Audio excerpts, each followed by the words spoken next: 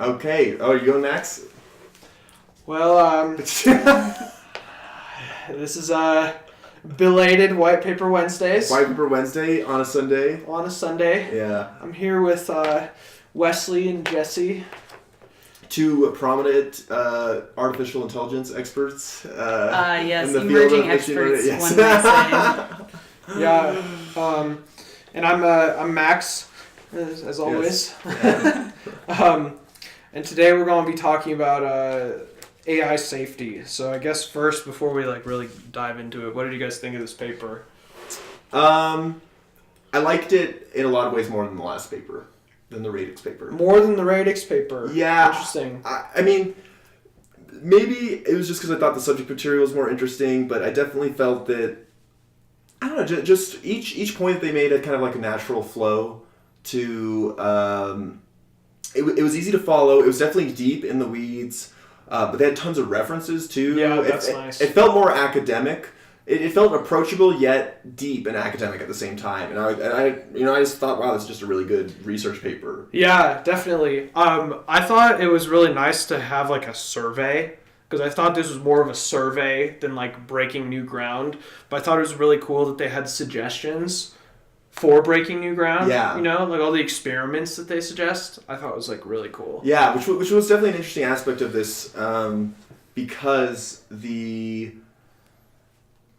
weren't so, unlike the radix paper, they weren't so much proposing some system that they wanted to design. It definitely is a little more researchy in terms of just kind of identifying problems. Yeah. But they did, give suggestions around potential solutions. Yeah, I was going to say something along the same lines that I didn't read the radix paper. I think that the organization definitely makes this a lot more approachable, which is nice because problems like these, generally people kind of don't really think about as much right now when they're implementing these systems, but it helps that it's really approachable when you can think of not only what's out there right now, but then possible solution spaces going forward for the people who are going to be implementing these things. Damn. Definitely, yeah. For sure. Yeah, well said. So one thing I wanted to point out was Chris Olah. And I guess they've got stars here saying that. Well, these authors contributed equally. Because it's the first author meme. Because in academia, being the first author is a big ass deal. Oh, that means okay. you contributed the most out of all the It's authors. your baby. It's been too long since I've been in school because I had no idea what that was. All I could think was, so is this when you work on a class project and one person does all the work and so they get an asterisk next to their name? I was confused. Yeah. On what that meant. So does that mean that the other 4 people listed contributed but weren't as much of a primary force on the paper? In advisory roles, I would guess. Okay. Or mere undergrad research assistants, Yeah. the lowly undergrad in the lab. Is that really an issue with in academia, which is the first author gets all the credit? That's a big deal. Oh, yeah. Because if you think about it, if you're skimming through journals and stuff, a lot of the time they don't have space to put all these names. So the first author is the one that gets the attribution. Yeah, just by usually virtue, in references, they'll just do the first author et al. After. So this would be Modi and Ola et al. Because they have the asterisk. But anyways, Chris Olah, I've been following him for a while. He's a Canadian dude who I guess graduated high school, went to one semester of college at University of somewhere in Canada, and decided that it wasn't for him. And so now he works on AI research at Google. And I'm damn, that certainly is impressive. That's awesome. He's definitely been an inspiration. I don't know if you've seen he's got an amazing blog where he does all these data visualizations, where he talks about computing embeddings of images in neural networks, and then he shows I have read some of that. So it's digit recognition, and he basically has this particle cloud, and you can see that geometrically all the ones are clustered near themselves. I think I actually might have seen that. Yeah, that's pretty popular. And he's got a bunch of other ones that are also really amazing. So that's another reason why I picked this paper in particular, because Chris Olah was a big contributor. Did he do the thing where they were doing the reverse models where it would spit out images, like how the machine understood a cat to look like and stuff, or is that just kind of a Oh, common he thing? You know what might I'm have talking worked on about? that. He might Deep Dream. Yeah, Right? yeah, Deep that kind Dream? of deep, yeah. Yeah, maybe. Maybe. I'm not sure exactly. I don't want to like go on record saying that he did stuff that he did Well, or didn't do, yeah, but yeah. all right, cool. I guess Let's- we can just jump into it. Yeah, let's here. get into it. So, Jesse, we usually read the abstract. You want to do the honors? Yeah. Of reading it? Do it. Sure, just word for word here. Yeah. All right. Rapid progress in machine learning and artificial intelligence has brought increasing attention to the potential impacts of AI technologies on society. In this paper, we discuss one such potential impact, the problem of accidents in machine learning systems, defined as unintended and harmful behavior that may emerge from poor design of real-world AI systems. We present a list of 5 practical research problems related to accident risk, categorized according to whether the problem originates from having the wrong objective function, which means avoiding side effects and avoiding reward hacking, an objective function that is too expensive to evaluate frequently, scalable supervision, or undesirable behavior during the learning process, safe exploration, and distributional shift. We review previous work in these areas as well as suggesting research directions with a focus on relevance to cutting-edge AI systems. Finally, we consider the high-level question of how to think most productively about the safety of forward-looking applications of AI. Wow, that's a All lot. right. Yeah, that's a lot. That's a lot. Yeah. First of all, I love how they kind of have these parenthetical side definitions, yeah, where they're defining stuff. But the things that jumped out to me, at least, or what I've got highlighted, was, the way they define accidents. So, unintended and harmful behavior that may emerge from poor design of real-world AI systems. And then the last thing they say, which is, finally, we consider the high-level question of how to think most productively about the safety of forward-looking applications in AI. So I think that kind of sums up those 2 sentences to me are like the core of what this paper really is about. Mm-hmm. Yeah, and I think they quote those things because they have like very particular and specific meaning in the context of the paper. Definitely. But I think they parenthesize them because it's not really necessary to understanding like the core of the paper, like you said. Cool, yeah. So I guess in the intro, they go on to kind of talk about examples. Maybe we could talk about this recurring example they give of the cleaning robot. Cleaning robot, yeah. That keeps coming back. Yeah. I thought that was interesting because I guess they didn't want to choose something that could be like legitimately like dangerous, like because they could have talked about like nuclear systems or drone piloting software or something like that, right? But I guess that kind of would be like readily politicized, or I don't know. I thought it was interesting that they chose a cleaning robot because it's not really what you think of as like dangerous. It's a tame example for a paper on safety.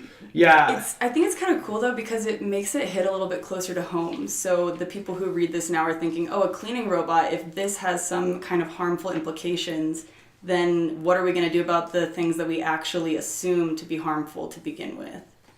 Yeah, or it's like, I have a Roomba in my house, like, geez, I don't want it to, like, start hacking its reward function or, like, try to vacuum up the dog, Yeah. That's definitely not ideal. Well, it's crazy how as soon as you start to even go into that idea of what a, what the objectives of a cleaning robot are, how quickly it comes up with instances of, it should throw away candy wrappers, but if it finds a lost item, it needs to save that for later, right? And it really also to me highlights just how, even though AI machine learning has come so far and is so impressive in so many ways, just how huge the tasks we're asking it to accomplish actually are, right? Mm-hmm. And the number of edge cases are often astounding, right? Even with just the example of cleaning a room, which is something that humans do so trivially. Right. Maybe that's another reason they chose that example is because that's an ostensibly like deceptively simple task, because I think implicitly when we assign other humans specific rewards or like objective functions, right? It's always implied. It's like subject to real world common sense constraints, right? And in human communication, that's always just very explicit, right? But the AI kind of needs that, like, enumerated, you know, what even is common sense. Like, we carry so much context in Right, we do, right? Yeah, okay. Cool. Let's see. So they kind of just do a little bit of an overview, and then looking at page 2 now. Let me see. I think the main thing that jumped out at me was the more successfully the AI and machine learning communities are able to anticipate and understand these fundamental technical challenges, the more successfully we will ultimately be in developing increasingly useful, relevant, and important AI systems. I don't know. They're just kind of like establishing they spend basically just like another page establishing the problem a bit more, which I will say is the one thing that I wasn't as into with this paper, where there were a few times that it felt kind of like, oh, okay, we've established this a little bit. Yeah, why? It's like you're saying the same thing in a new way, and it sounds great, right? But at the same time, it still just kind of feels like you're saying the same thing a little bit. I felt like it's almost like a plea. It's almost written like a plea to researchers, because I feel like a lot of AI researchers would see this as like a more soft paper, but it's like, no, we've thought about this a lot, and we're fairly confident that this is a problem that's worth addressing, which is kind of the impression that I got from the tone. Definitely. Yeah. I'm thinking, should we go to page 3, and they've kind of got those 5 bullets there? That's what I was run thinking. Through each of those bullets. Awesome. Mm-hmm. So, avoiding negative side effects means essentially, how can we ensure that our cleaning robot doesn't perturb the state of the world that it's in, right? Like, a side effect of cleaning might be staining a countertop with a caustic chemical, or knocking over a vase when you're dusting the countertop, right?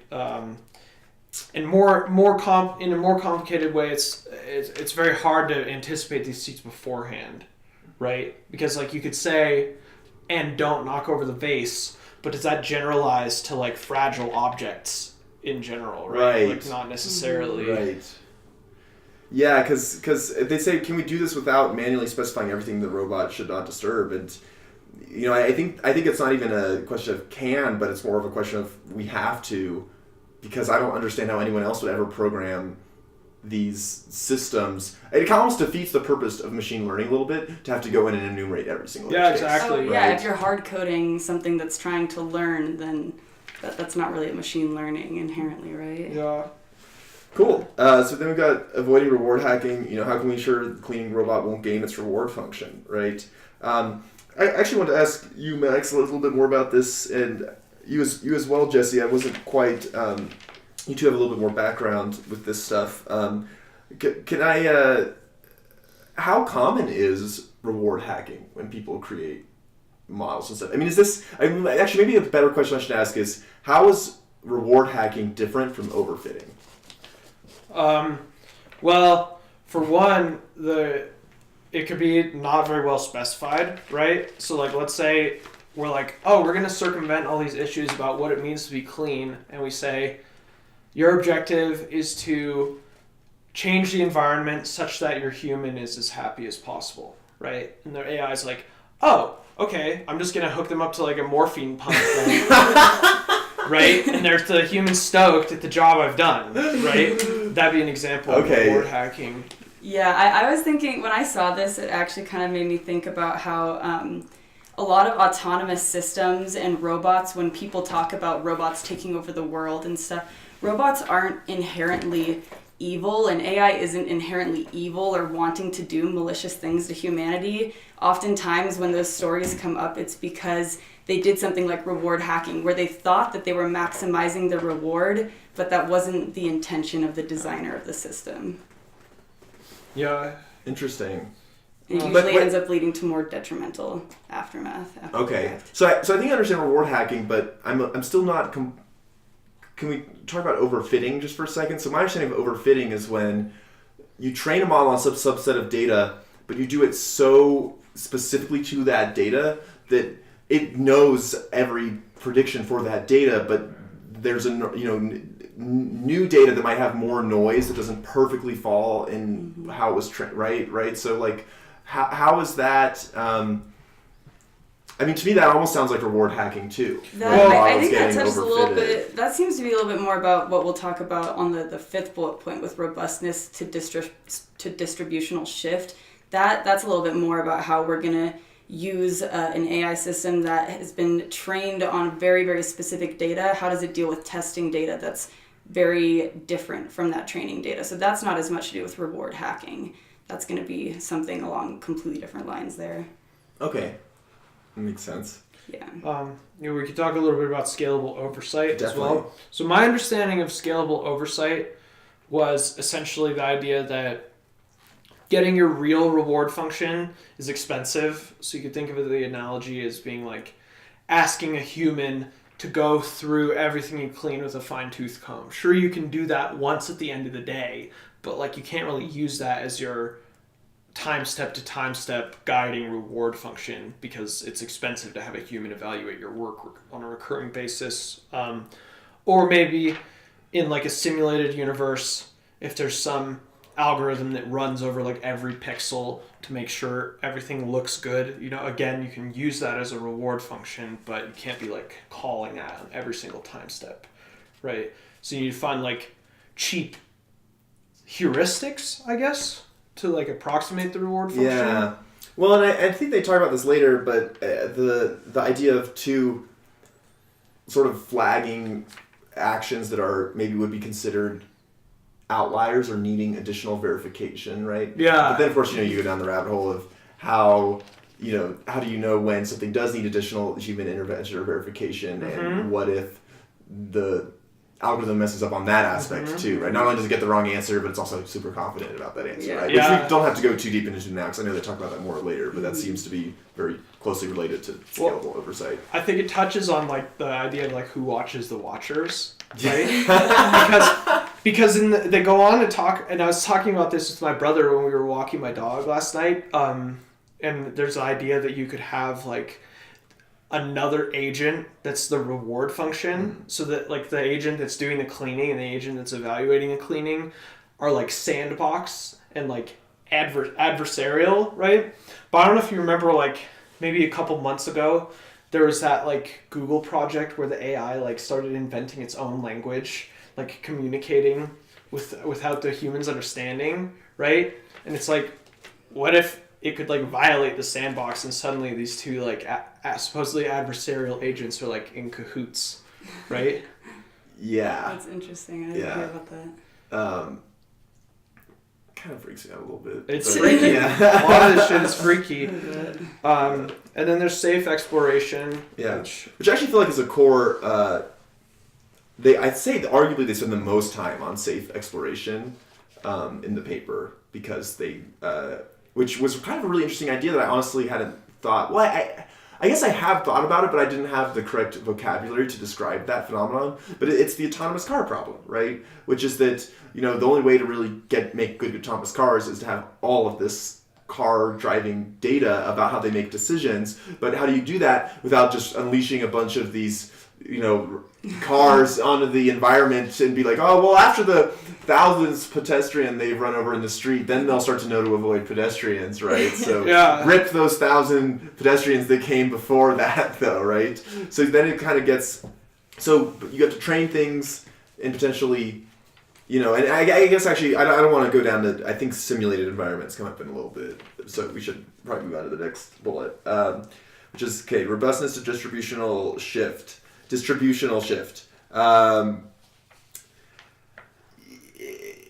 So to me, this just sounds like it's the difference. It's how accurate your model is between its training set and its validation set, pretty much, right? Is that an overgeneralization? No, that sounds like a pretty accurate summary of things. Kind of what I was imagining, though, is a classic example of like, maybe you're like studying for a test, right? And you think you have all the... Actually, I had an example of this when I had to get my Utah driver's license, right? So I was taking all these online quizzes for the driving exam, and I had all the online quizzes down, and then I go in, and they've got a completely different questions bank, right? And it's like similar, because I've trained on some similar data, right? but the distribution that they're sampling from is completely different, right? And that's like a pretty hard problem to be able to move from like two completely different data sets and like not fail horribly, right? Yeah. Because I feel like in the paper when they talk about this, like they're like the best we can do is just say we have low confidence, right? Because they talk about neural networks that are used to identify speech, right? And so they train that in a really clean noise environment, kind of like this one. And then they give it noisy data, like a cocktail party or something. And the neural network is very wrong with very high confidence. Right? Right. And it's like, you at least want it to know that it's not doing well, right? Well, we usually think of machine learning systems as, when they're wrong, often being only slightly wrong, right? When you see those things where it thought the cat's face was a basketball, the second or third option is usually cat's face by not a huge percentage point difference of margin, right? What's crazy to me is thinking about cases where it not only does it wrong, but it's very confident in doing it wrong, right? And that seems the most dangerous because, and again, I'm kind of spoiling a later part of the paper, but does to me seem to be the most dangerous in terms of, especially if you're wanting humans to come in and verify things, because without some sort of confidence metric that's low, how are you ever going to know, right? Although at times does that seem overblown in terms of, computer systems that are not machine learning based, that are just purely based off, standard logic and flow control and stuff. They're just as vulnerable to bugs and people fat fingering things or just building things incorrectly or edge cases that have horribly unintended results, right? Is that really that much worse than the difference, machine learning do it? It seems to be here, though, that with traditional computational logic systems, you're not going to have the same possible aftermath, or the effects that it can possibly cause aren't quite as detrimental with AI and ML. So with a helicopter, like an autonomous helicopter that's flying, if it makes a very, very wrong decision with great confidence, people die. Yeah. But that's not quite the same with a computer game. Yeah. Right? Yeah. Yeah. Makes sense. Cool. And then I did think, there was one other thing here that they said something about, they kind of start to throw this term around side effects. Mm-hmm. How are, I can't remember, did they define it somewhere here previously, or how would you, I feel like we did see side effects. Well, I thought about it in the medical sense of the word, where it's like, okay, if you had some doctor robot, right, and you tell it to kill the cancer cells, and it just decides to feed the human poison that's poisonous to both cancer and human cells. Oh, it's managed to kill the cancer cells. Gotcha. But thus also completing its objective, but exactly. a side effect is, negligence of human life, right? Just that minor detail. Okay, that makes sense. So it's just, and that seems to be a deal, and side effects seem to be a big deal in terms of how we actually create AI systems, because that to me seems like the lowest hanging fruit in terms of how you could potentially misdesign your system. Right, by being like, this is your objective, without considering, again, it's the nanobots, gray goo problem, which is, you have some nanobots that are designed to just create more nanobots of themselves, but in the process, you basically create a system where they just consume all matter on the planet because they just keep wanting to their objective is just to self-replicate, right? And that's not what you didn't consider. It's really, to me, it's almost a philosophical thing where you're like, okay, what is the logical conclusion of this, right? It kind of goes almost a little bit into if you think of sort of utilitarianism kind of, right? People will talk about, greater good or what's best for the most people, but, you can always take things to absurdism, right? And if you take utilitarianism to absurdism, it starts to be, well, we actually need to kill off a big chunk of the population so the other half of the population will have net increased happiness, right? It's kind of that same idea. You have to sort of, when programming these systems, think, this computer does not have any sort of what we would define as human common sense, right? So it will actually take it's literally designed to take things to the absurd conclusion, right? Yeah. It really seems like side effects also just really touch on the law of unintended consequences in AI systems in general too, because with side effects they're ripe for the picking in terms of the things that are wrong with these types of systems, and it just really kind of emphasizes that even if we think we understand all the possible side effects that could come out of something, it doesn't necessarily mean we can think of every possible outcome, especially in terms of decision making where you have 10 decisions that spawn off of every 10 decisions. It's literally impossible to think of every single possible outcome that could come out of that, good or bad. Well, if I could quote the paper, we could say, objective functions that formalize perform task X may frequently give undesired results because what the designer really should have formalized is closer to perform task X subject to common sense constraints on the environment, or perhaps perform task X but avoid side effects to the extent possible.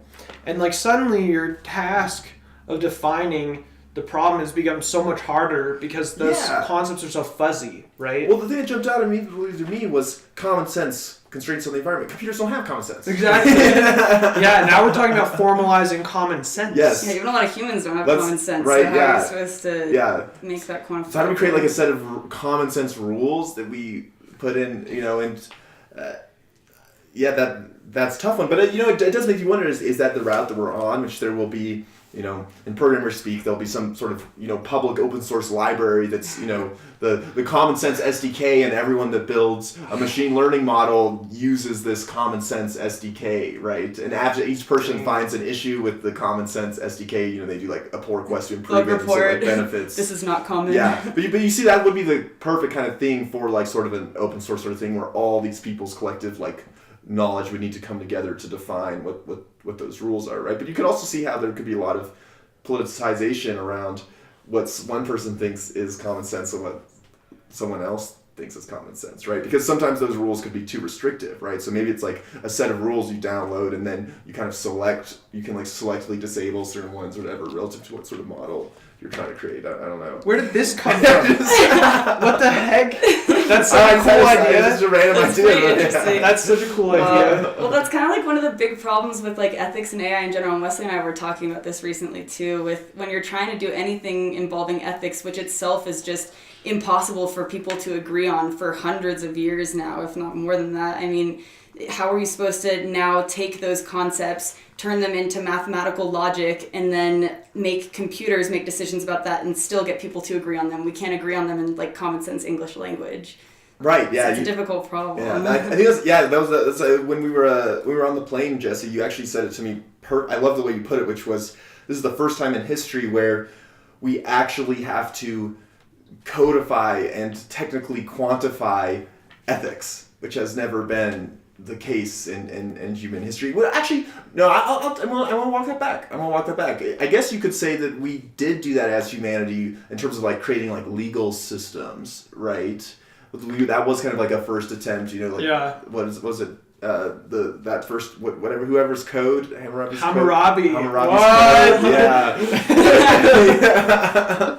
You know what I mean, right? Like there's that. So we could say this is kind of like an extension of what humans have been trying to do forever, except now there's not still like a jury or a judge or other humans still part of the system. Now it's truly a programmatic, thing where you push one button and this light turns on, kind of, right? And so it's definitely.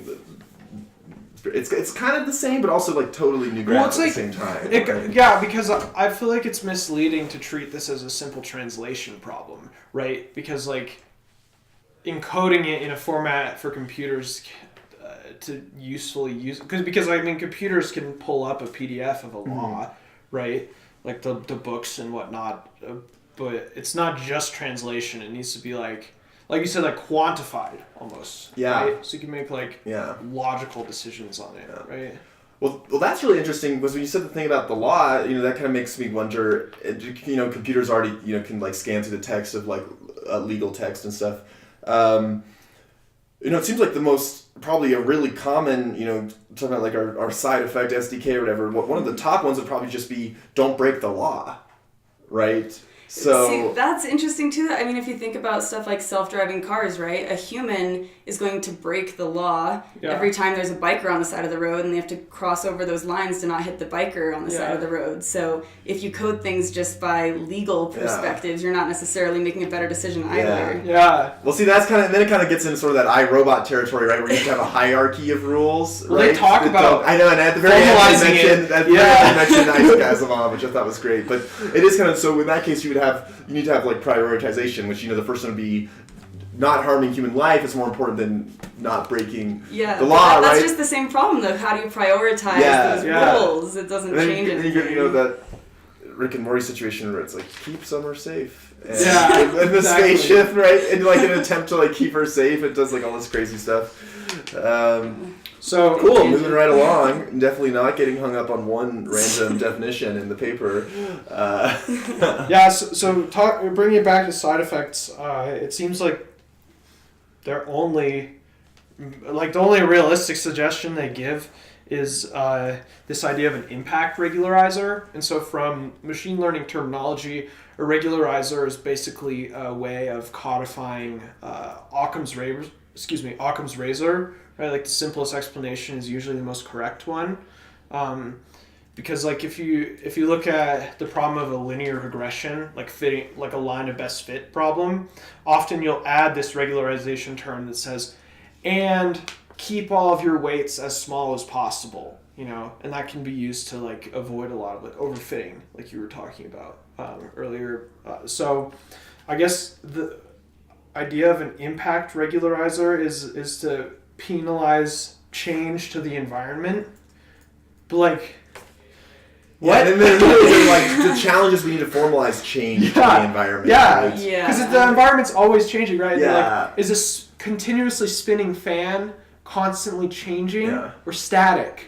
Well, right? Yeah. And this is where I started to get a little confused because I wasn't actually, I shouldn't say start, but, increasing confusion at this point was when they say change in the environment, so they're saying, the autonomous system does its task and in the process changes its environment, which then changes the way that it behaves. Because I know they kind of talk about that a little bit later when they talk about, those negative feedback loops. So I think how... But yeah, the environment is always changing. So would you recalibrate, or does it just like always learning from the changes in those environments? Yeah, I don't know. They don't. It seems pretty intractable. Yeah, right. Yeah, it's like very chicken and egg kind of. Yeah. Well, what about also? I think they mentioned this in the paper, that the idea that like avoiding side effects sometimes would cause the system to just not do anything. So if the like Roomba wants to avoid negative side effects in a room full of obstacles, it's like, all right, I'm just not going to clean this room then, because I don't want any of these side effects. So how do we make sure that we minimize impact, but also like try to still do something? It's kind of it's hard to figure out a nice balance there. And it's so contextual too, because they talk about the cost of knocking over a glass of water in like just a normal room with like carpet where the water would like evaporate, versus a room full of sensitive electronics. And that's like, is that a very big change to the environment? Because it's only like short-circuiting things, and it's not even like a big physical change, right? And then they talk about this idea of influence. Yeah. Which I'm like, what? And they talk about empowerment, which is the maximum possible mutual information between the agent's potential future actions and its potential future state, or equivalently, the Shannon capacity of the channel between the agent's actions and the environment. So they're talking about it in terms of like information theory, I guess. So it's like, I mean, I almost understood it as if there's like a telegraph between the past and the future. And like, how high resolution of a prediction can you make, given that like a certain number of bits about like the future, I guess? Yeah, I thought that was interesting. I kind of thought it was more along the lines of, I guess maybe you're just like saying it a little bit of a deeper level, but maybe at more like higher abstract level. It's more about just trying to quantify the power that an agent has over the environment, the total environment, not just the environment that they can observe. Really quickly, what's the Shannon capacity? That's the amount of information you can send over channel. So like the number of bits. So like dial-up would have a low Shannon capacity versus like 5G would have a very high Shannon capacity. Is there a reason they say that instead of just bandwidth? That's bandwidth. Okay. Yeah, they're but trying it sounds to key cooler into. when you say Shannon capacity. Well, no, they're trying to key into very specific academic definitions of information. Gotcha. I guess. Okay. Right, because there's like a thermodynamic approach to information in terms of entropy, right? Like you could, strictly speaking, you could compute a hard upper bound on the amount of information that a human brain could encode just based on like the physical amount of matter that you have in your brain, and I think it's specifically referring to that particular type of bandwidth. Was my understanding, and then I guess they want to minimize like influence over the future, right? Which is, I mean, it seems like pretty hard to find a way to quantify that, what somebody's influence would be on their environment, their total influence. Yeah, because they talk about this like degenerate example. If an agent can press or not press a button to cut electrical power to 1 million houses, that's only 1 bit of empowerment. So that's like, its action can only be a yes or a no, right? So it's low bandwidth, even though it's big impact. And then if there's someone in the environment scribbling down the agent's actions, that's maximum empowerment, but it's not really having much action in the environment, right? So there's kind of this like fundamental disagreement, at least in those edge cases, because I'd say as a whole, it's probably a good measure of the amount of effect you can have on your environment, right? But they like admit, they're like, yeah, the idea as written would not quite work, right? You're like, okay. Thanks, guys. Yeah, I mean, all these papers always have to play like devil's advocate with themselves, or else they're gonna have like 10 people coming saying like, but this and this. Yeah. On the one hand, on the other hand, okay, multi-agent approaches.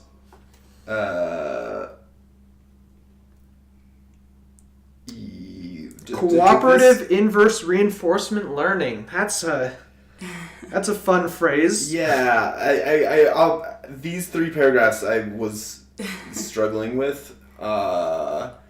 They also have this like reward autoencoder thing. Yeah, it's some. Yeah, I mean, what did you guys pull out of this? Because I actually sort of thought, so with cooperative inverse reinforcement learning, what I got out of that was that it's just going to be humans and agents working together, because it seems like the autonomy is what's really bringing a lot of problems into the equation.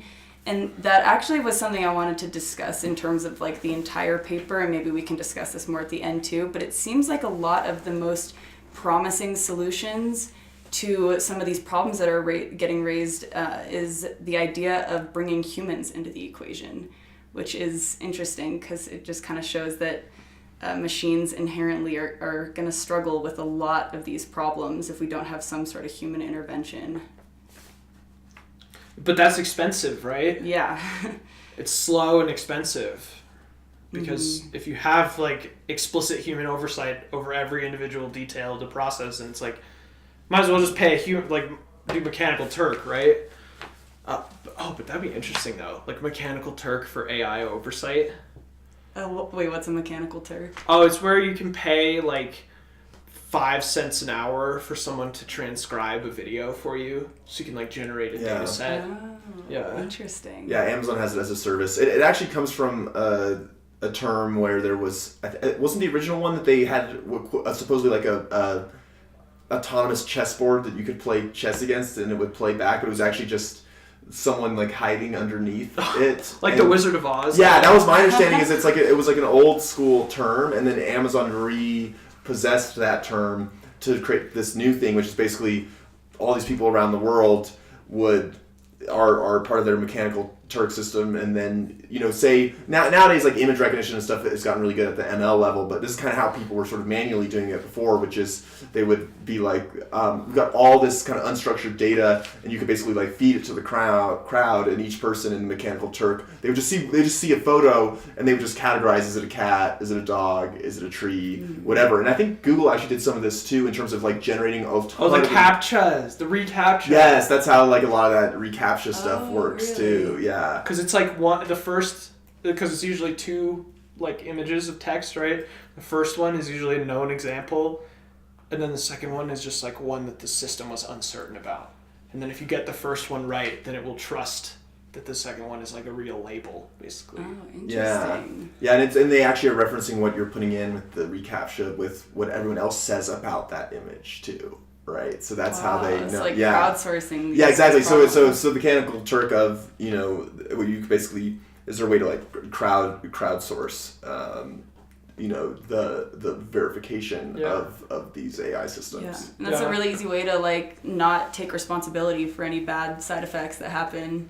Is to just say, well, I mean, it's like what the general population shows. So our company's not at fault. Although I'm actually just remembering, I think it was. I can't remember if it's Honda or Hyundai or some. I can't remember one of the car manufacturing companies. We're talking about doing this where they are already working on systems where the cars drive themselves, but in uncertain environments where like the lights are down and there's like a person doing traffic and stuff, there's a human in real time that gets the live feed elevated, and they help the AI out by telling it what it should do. So they aren't driving for the AI, but they can help say, no, you should take this path through this busy intersection, or so it's not, because there's still too much latency for them to actually drive, but a human can just kind of step in cases where the algorithm is really unsure, right? Although it doesn't solve the issue of when the car is very confident. When it thinks it's the intersection, it still has to know when to identify that it needs help, right? Oh God. Wow. Cool. Should we talk about penalizing influence? Penalizing influence? Isn't that the next one, or did we skip that? Wait, did I just scroll around? Sorry. We're on page 6. Yeah, what page are you? Okay, Reward uncertainty. Reward uncertainty. So I guess they're just talking about like an ensemble of reward functions. So if there's just one particularly stupid aspect of the individual reward function you specified.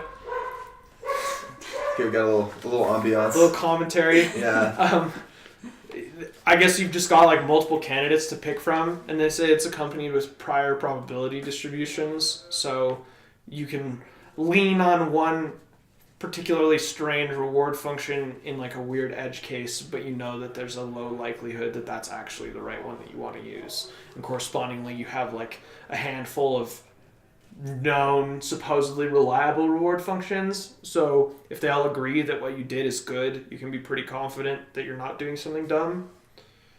Makes sense. Yeah, was this a section where they talk about the reward autoencoder, or was that a different The reward autoencoder was page 6, the multi-agent approaches. So right above reward uncertainty. Oh, yeah. I wanted to talk about that for a second, actually. I kind of forgot that was in that section.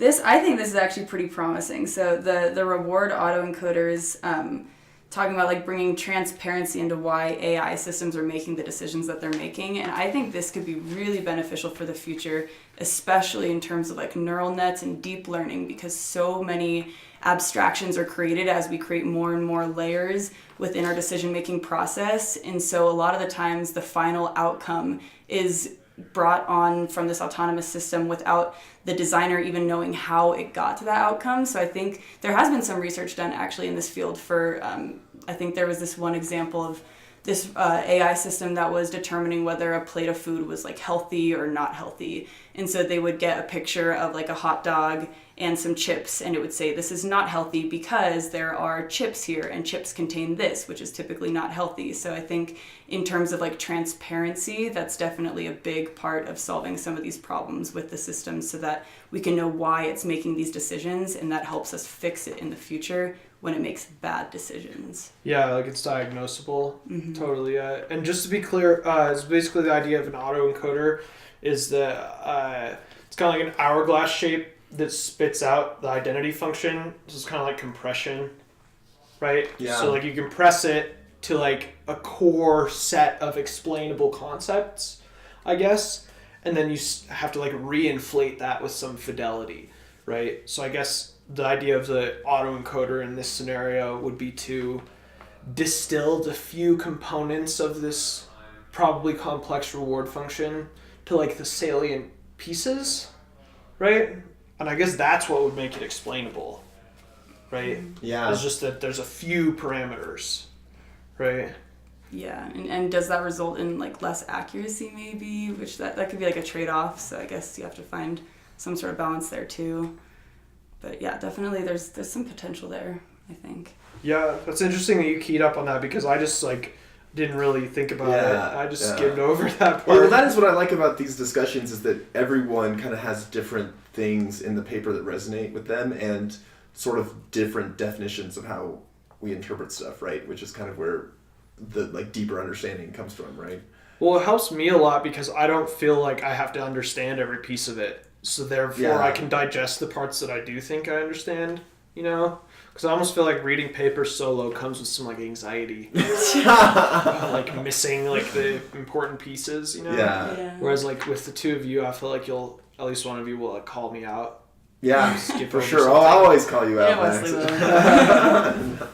Max. Before we get to reward hacking, I did like to talk about potential experiments here, which I thought was really interesting because this idea that in order to build some of these systems, you have to pretty much create simulations and simulated environments, right? But then you encounter all this additional complexity around, first of all, building these simulated environments has got to be pretty challenging. But it also has to, there's always going to be discrepancies between simulated environments and real world environments, right? That being said, I would certainly rather, the helicopter AI pilot be trained on a simulated environment first before we do a real world environment, even if it does need the real world stuff to learn more, right? But then it kind of is a question. So maybe you use the simulated environment to get your initially trained model, and then you can start to put it in a real world situation. Then eventually you can completely switch over to only using a model trained off of the real world data. Maybe that's a way to like ease into an environment without, or to slowly enable an autonomous agent without potentially creating these like hugely risky and dangerous side effects, right? Which seems like the most likely solution to a lot of these problems, right? Yeah. Cool. I think that. So now, next up is avoiding reward hacking, which you kind of talked about a little bit about earlier, right? That was I'll make the humans feel good, so let's just tie them down and pump morphine into their veins, right? So that they can which now one question I would have is reward hacking. How does reward hacking? Is it different than side effects? Because it almost sounds a little bit the same to me. I think they're similar. I think what you were saying earlier about overfitting and being similar to this is pretty perceptive because it's kind of like learning intricacies of the reward function, exploiting some stupid edge case, right? Which is basically overfitting, right? Like if you in your data set you notice that every picture of a dog has like a green pixel in the upper left hand corner, then it just becomes a green pixel detector, right? In the same way, here they talk about like if you've coded your reward function poorly, it could potentially learn that if it performs a certain action, that'll cause the buffer to overflow, and like give it like an infinitely high reward, right? And it's like no longer obeying the intent of the reward function; it's obeying It's kind of like listen to the intent of what I say versus like the letter of the law, right? And the reward hacking would be like following the letter of the law, basically, right? But that's what computer systems do, though. They can only follow the letter. Yeah, they don't know of the human law, intent. right? Or you've used Jira, right? Yeah. So let's say your compensation is based on the number of points that you're able to put out every sprint, right? And they talk about this in like econometrics. They say like once a metric is used as a target, it ceases to be a good metric, right? Because if you're not really caring too much about the number of points that you have, then it can be kind of a rough proxy of how productive people are being. But if it's like, oh, I'm getting paid per point, then you just create a bunch of Trello tickets, and strictly speaking, Right. you are following the Yeah. reward function, but you're hacking it. Right. It's kind of like gaming the system. Totally, yeah, where you're always looking to see what is the ticket that is the least amount of the work but gives me the most points, right? Or maybe, there's a bunch of really simple, UI tickets that are each only worth 1 point, but that'll actually take me less time. I can get all those done in a few hours versus this 8-point ticket that's that's much higher level and would take me all week to finish, right? Yeah, and like theoretically for a robot, that's being the most optimally efficient and performant, right? But to a human, we see that there's problems with that. So it's interesting trying to, again, find ways to quantify these ideas and these concepts that are so embedded in our common sense, but they're not things that we can easily just code into a system. Yeah. I did have a question. They start throwing around in modern RL systems. And they just start using this RL thing everywhere, but I don't know that they actually ever defined it anywhere. Reinforcement learning. Oh, okay. I was not. Yeah, I just for whatever reason that abbreviation didn't. I wasn't. I mean, I could contextually infer what it meant, but wasn't sure. No worries. Go ahead. Okay. Can we talk about this is I think one of like the first solutions that they bring up in this section. Which I page? think I don't actually know which page it's on. It was in my notes. It might be on 9 or 10. Maybe it's 9. When they're talking about adversarial reward functions on page 9. Yeah. So I think Max, actually, you probably have something to say about this because you highlighted on this a little bit earlier. The idea of making the reward function its own agent. I thought this was a really interesting idea. Yeah. I'd love to hear. Yeah, can you guys explain that to me? Well, so normally the reward function would just be some like static thing that doesn't really get to change or evolve, right?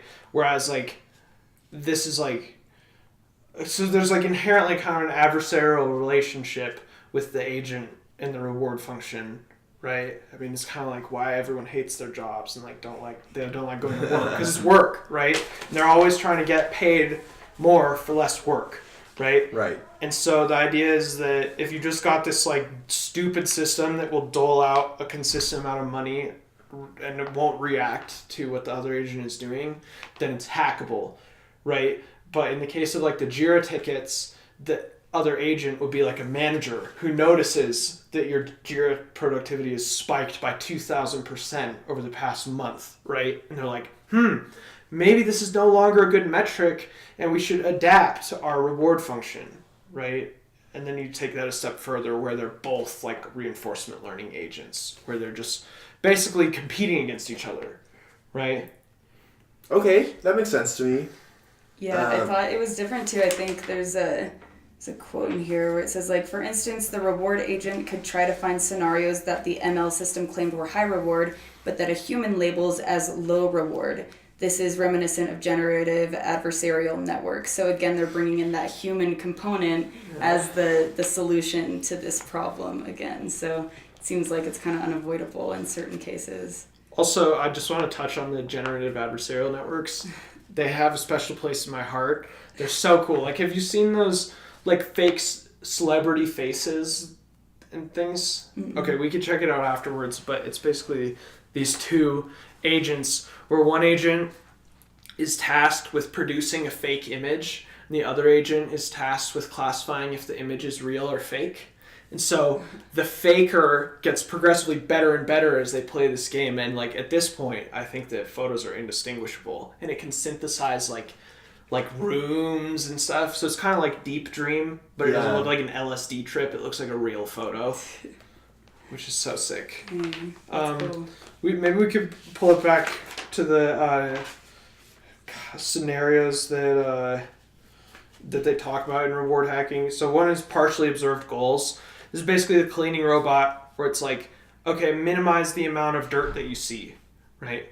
So the cleaning robot closes its eyes, right? Yeah. It's like, so you don't see any dirt. That's sick. Like, that's so dumb, right? And then they talk about this like belief state thing where I guess that's the idea of creating a model of the things that you can't observe because it's like a belief, right? which is pretty interesting.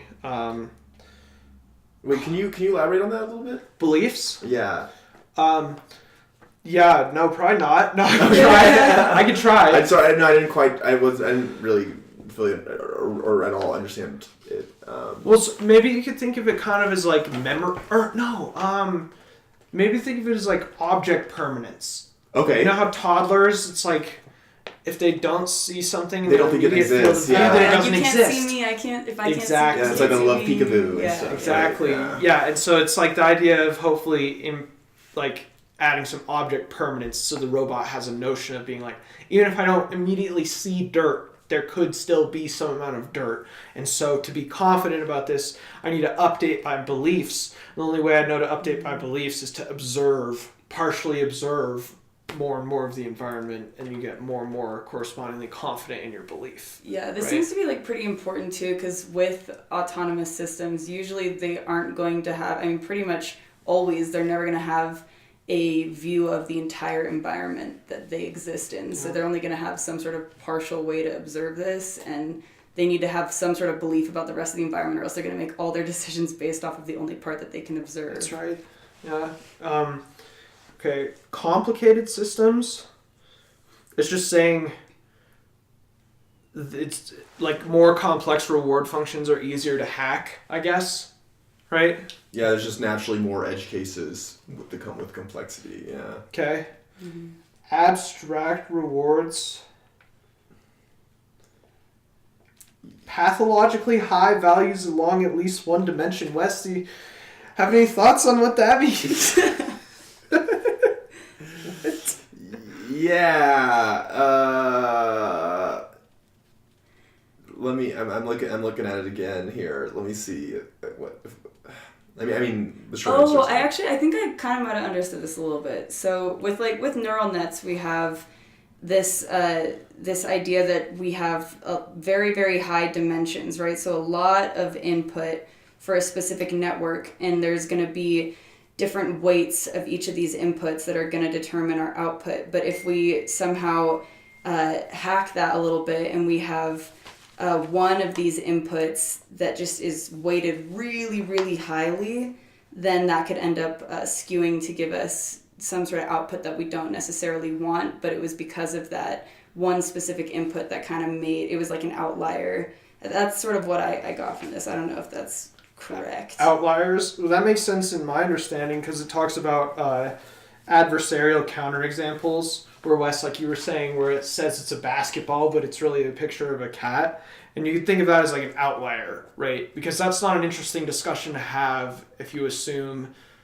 to make that an interesting question, you have to assume that the neural network has a pretty good baseline performance and is like an outlier where it does poorly, right? Okay, cool. And Goodhart's law is that thing that I was talking about, where a metric that is used as a target, it ceases to be a good metric because it gets too easy to game. Yeah.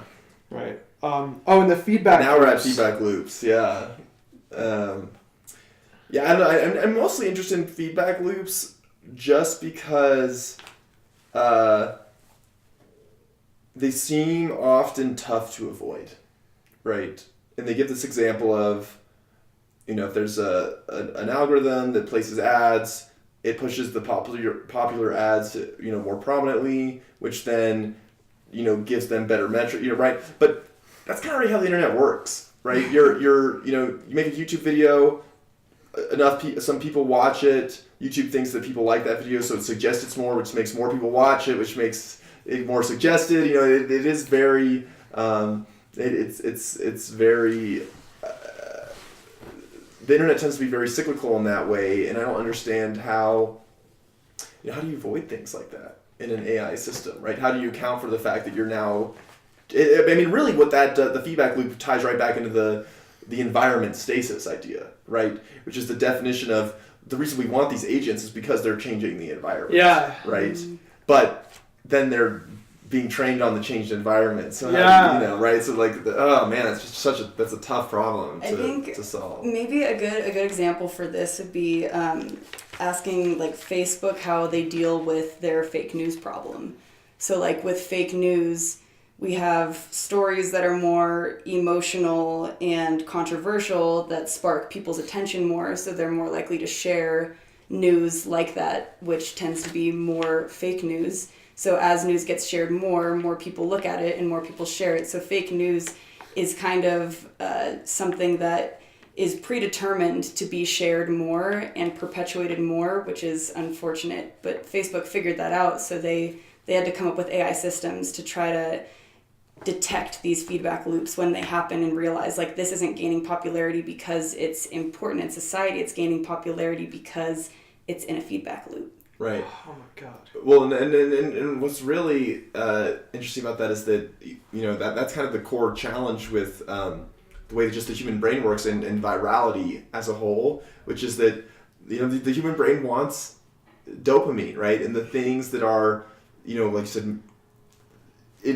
the things that get the most attention are always going to be the things that release the most dopamine, which will then always fool these algorithms into all these algorithms, whether they're intentionally designed this way or not, especially when it comes to like Twitter or Instagram or Facebook or any sort of social media thing. They're all ultimately calibrated to put whatever in your feed that's going to, you know, release the most dopamine, right? Yeah, it's tough. It's a tough problem to solve. All right, environmental embedding. Yes. I was going to ask you guys, do we want to take a break real quick? I'm maybe? down. Yeah. I wanted to this check has if been it's a still long one. recording. Yeah, let's see. That's a good idea. Yeah. Or if your computer just went to sleep.